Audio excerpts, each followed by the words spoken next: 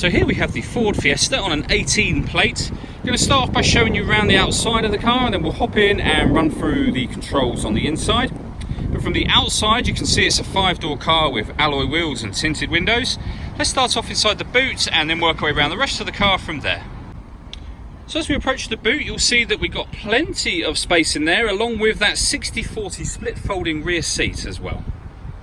Just going to work our way back round to the front of the car, and then we'll hop in and run through some controls on the inside. But now that we've done a full circle of it, you can see it's in excellent condition the whole way round. Just briefly before we climb in, I think it's well worth seeing the interior from this exterior point of view. There's plenty to run through on the dashboard, so let's hop in and we'll do that right now. Okay, so now that we're inside the car, we're going to start with the dials. On the left-hand side, we have the rev counter, and on the right-hand side, the speedometer.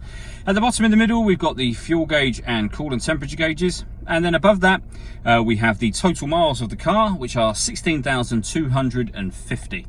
You can change the information displayed on the screen using buttons on the steering wheel. There's various different menus available to you, as you can see, including navigation, your audio menu, and back round to this digital readout for the speedometer. To do those, or to go through those options, you use these buttons just here. We've also got stereo controls and voice activation for your phone over there. Stereo controls continue here, and we've got cruise control and speed limiter above that. Over in the center, amongst other things, is where you'll pair your phone. Search for your vehicle on your device and select it once it is found. And just follow those instructions on screen. This car's got satellite navigation. There's a full video showing how this works on both our website and on our Facebook page, but it's a very easy system to use. And then lastly, this box here is for your audio. So there's plenty of ways to listen to music. You've got AM, FM and DAB radio. You can stream music wirelessly via Bluetooth audio, but there's also 2 separate USB inputs as well. So if you plug devices into either or both of those, you'll have extra boxes appear up on this screen. Working our way down, we have the volume for the stereo there. We then have climate control, so you can adjust the fan speed, the temperature, the direction you like the air to be distributed in. That button turns the air conditioning off in this case, or back on again. You can recirculate the air that's in the car. That's a great way of heating it up or cooling it down quickly, depending on the temperature you set here, of course.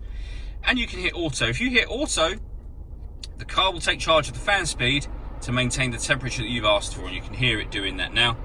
To override it, just readjust the fans back to whatever level you want them on.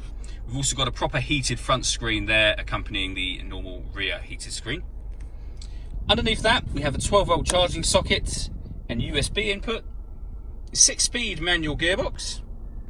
You can put the car in eco mode, you can turn off traction control, and this one here does the stop and start. So this car is designed to cut out when it's stationary in traffic to save you fuel. You can turn that system off from there.